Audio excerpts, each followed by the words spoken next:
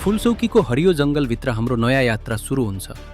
बाटोमा इजारिया सिकाडै, रङ्गीन Turkey tail अनि पहिलो पटक भेटिएको कन्या च्याउले हामीलाई रोमाञ्चित बनायो। अन्त्यमा भने हाम्रो खोजको मुख्य उद्देश्य परिपक्व ग्यानोडर्मा लुसिडम भेट्दा यात्रा अझै अर्थपूर्ण बन्यो।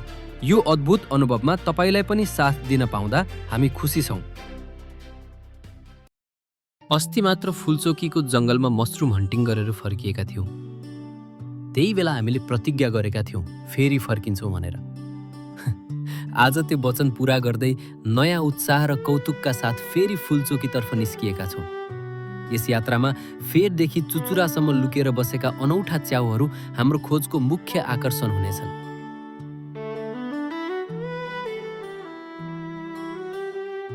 यस यात्रामा मेरो साथमा हुनुहुन्छ मसरुम सिड नेपालका प्रोपाइटर आकाश बादे र नास्टका वरिष्ठ वैज्ञानिक जयकान्त राउत।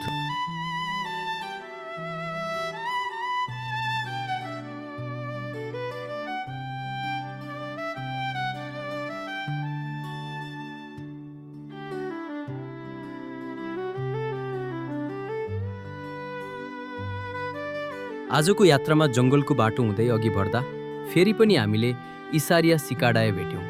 अघिल्लो पटक भेट्दा सानो र काँचै जस्तो देखिएको यो च्याउ आज भने बिल्कुलै फरक रूपमा प्रकट भयो। यसपालि यो अझ राम्ररी परिपक्व भइसकेको थियो। आकारमा ठुलो, रङमा गहिरो र रूपमै आकर्षक। यसरी समयसँगै परिपक्व हुँदै गएको इसारिया सिकाडाए देख्दा यो च्याउको अद्भुत जीवनचक्र र जङ्गलको रहस्यमय संसार दुवै अझ प्रष्टसँग महसुस गर्न सक्यौँ।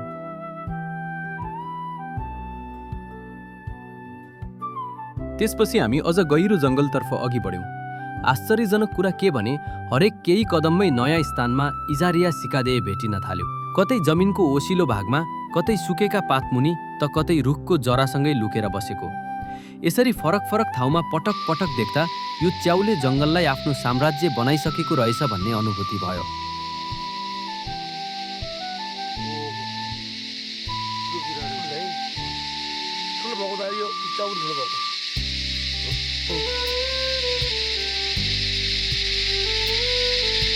जङ्गलको बाटोमा इसारिया सिकाडै मात्रै होइन, हामीले अरू किसिमका च्याउहरू पनि भेट्यौँ। रङ, आकार र बनौटमा फरक फरक ती च्याउहरू देख्दा लाग्यो जङ्गलभित्र अझ कति रहस्य लुकेर बसेका होलान्। केही च्याउहरू अपरिचित, केही सुन्दा मात्र चिनिएका, तर सबैका आफ्नै कथा जस्तो लाग्ने। हामी अझ माथितिर उक्लियौँ, नयाँ किसिमका च्याउ खोज्ने उत्साहका साथ। माथि पुग्दा जङ्गलको हरियाली, ओसिलो हावा र पातहरूको फुसफुसाहटले वातावरणलाई जादुई बनाइदियो। त्यही क्षण च्याउहरूको खोजीमा हाम्रो उत्साह चरम सीमामा पुगेको महसुस भयो, जस्तो कि प्रकृतिले आफै हामीलाई नयाँ रहस्यहरू देखाइरहेको हो। हामीले सानो भर्खरको ग्यानोडर्मा लुसिडम च्याउ भेट्यौँ, जुन खोइसकेको रुख नजिकै बलियोसँग टिकेको थियो। यसको चम्किलो र परिपक्व रूपले हामीलाई चकित बनायो र जङ्गलमा हरेक कुनामा प्रकृतिले आफ्ना अनौठा रहस्यहरू लुकाएर राखेको महसुस भयो।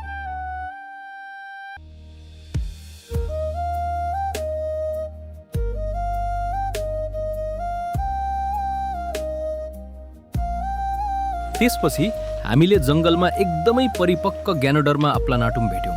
यसरी ठूलो आकारको ग्यानोडर्मा अप्लानाटुम च्याउ म पहिलो पटक देख्दै थिएँ।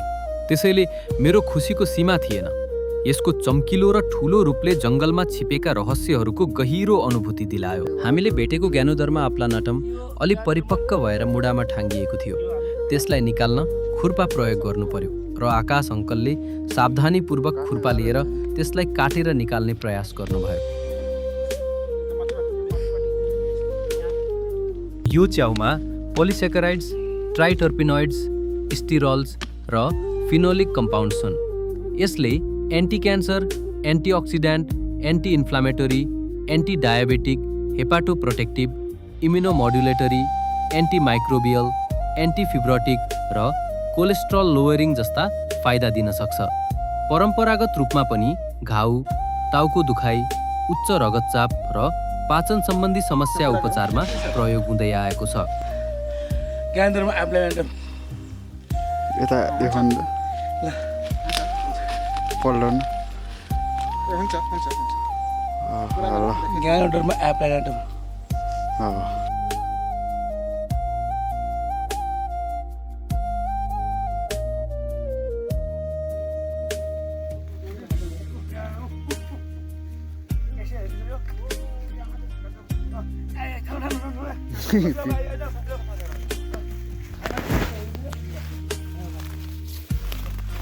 के भने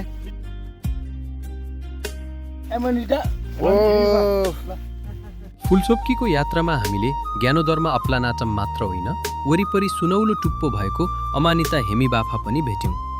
नेपालमा यसलाई सुन्तले वा गुठी अमानिता भनेर चिनिन्छ।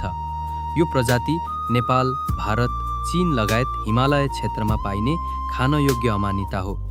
तर यो विषय अत्यन्तै संवेदनशील छ किनभने यसको बनोट घातक अमानिता प्रजातिहरूसँग अत्यन्तै मिल्दोजुल्दो हुन्छ, जस्तै अमानिता फलोइदिस डेथ क्याप र अमानिता भिरोसा डिस्ट्रोइङ एन्जेल। ती प्रजातिहरू अत्यन्तै घातक मानिन्छन्। सामान्य मानिसले बनोट मात्र हेरेर सुरक्षित र विषालु छुट्याउन सक्दैनन्।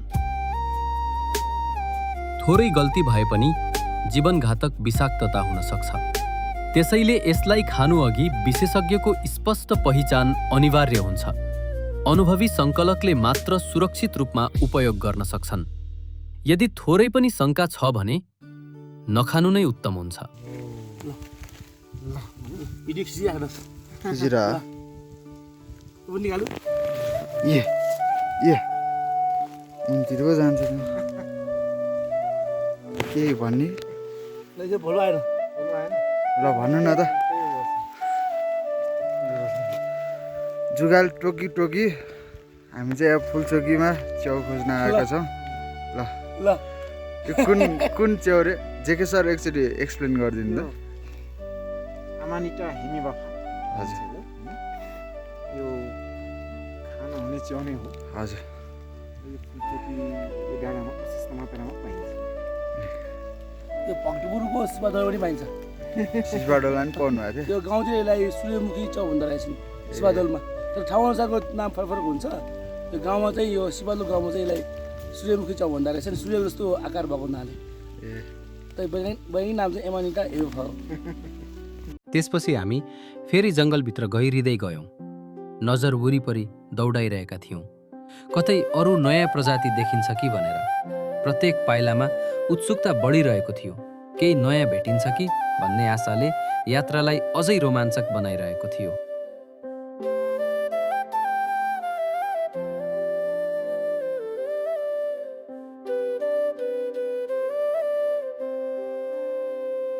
खोज्दै जाँदा हामीले धेरै प्रजातिका च्याउ भेट्यौँ।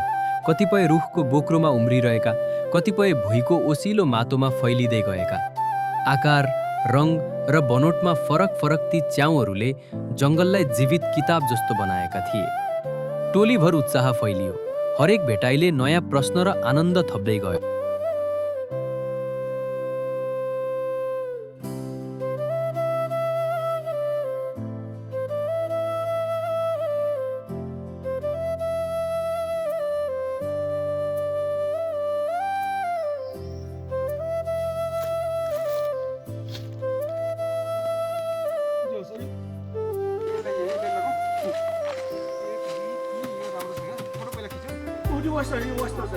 त्यसपछि हामीले पहिलो पटक जङ्गलभित्र ओएस्टर मसरुम कन्या च्याउ भेट्यौँ। यो च्याउ त चट्याङ लागेको रुखमा उम्रिरहेको थियो। यस्तो विशेष क्षणले हामी सबैलाई निकै उत्साहित बनायो। त्यसबेला हामीले सोच्यौँ अब सायद नेपालमा पनि पहिलो पटक नेपाली कन्या च्याउ ओएस्टर मसरुमको बिउ निकाल्ने अवसर पाएका छौँ। त्यसैले हामीले यो च्याउलाई ल्याबमा लिएर अनुसन्धान सुरु गर्नुपर्ने भयो र यस कन्या च्याउको बिउ निकाल्ने प्रयास गर्छौँ। यस्तो अनौठो अनुभवले हाम्रो उत्साह अझ बढायो र विज्ञानसँग जोडिएको हाम्रो यात्रामा नयाँ रोमाञ्च थपिदियो।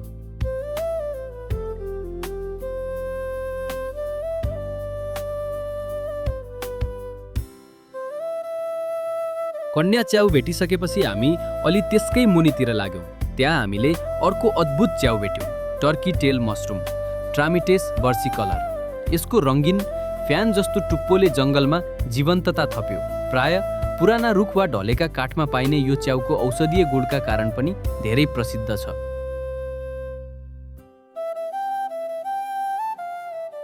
चीन लगायतका देशहरूमा यसलाई धेरै परम्परागत औषधि र इम्युन सिस्टम बलियो बनाउनका लागि प्रयोग गर्छन्। यसको एन्टी क्यान्सर, एन्टिअक्सिडेन्ट र इम्युन बुस्टिङ गुणले गर्दा वैज्ञानिक र परम्परागत दुवै दृष्टिले यसलाई महत्त्व दिइन्छ।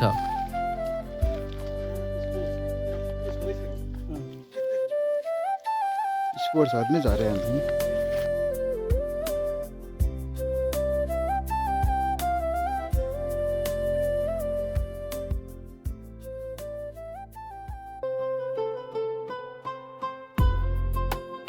अन्त्यतिर फर्कदै गर्दा हामीले जुन च्याउलाई प्राथमिकता दिई खोजिरहेका थियौँ त्यो नै भेट्यौँ, गानोदर्मा लुसिडम। याद छ अघिल्लो पल्ट जब हामी फुलचौकीमा मसरुम हन्टिङ गर्दै थियौँ त्यो च्याउ अलि परिपक्व भएको थिएन, तर यो पटक हामीले पाएको गानोदर्मा लुसिडम एकदमै राम्रो र परिपक्व अवस्थामा थियो। यसको आकर्षक बनोट र औषधीय गुणले हाम्रो उत्साह अझै बढाइदियो। हरेक नजिकको पाइलामा यसलाई हेर्दा हाम्रो खुसी अपार भयो। अब यसलाई अझ गहिरो रूपमा अनुसन्धान गर्ने बेला आएको छ। त्यसैले हामीले यो च्याउलाई ल्याबमा लिएर यसको बिउ निकाल्ने प्रयास गर्ने निर्णय गर्यौँ। यस च्याउको गुणस्तर, संरचना र यसमा पाइने जैविक तत्त्वहरूको अध्ययन गर्दा यसले मानव स्वास्थ्यमा कस्तो प्रभाव पार्छ भन्ने थाहा पाउने लक्ष्य राख्यौँ।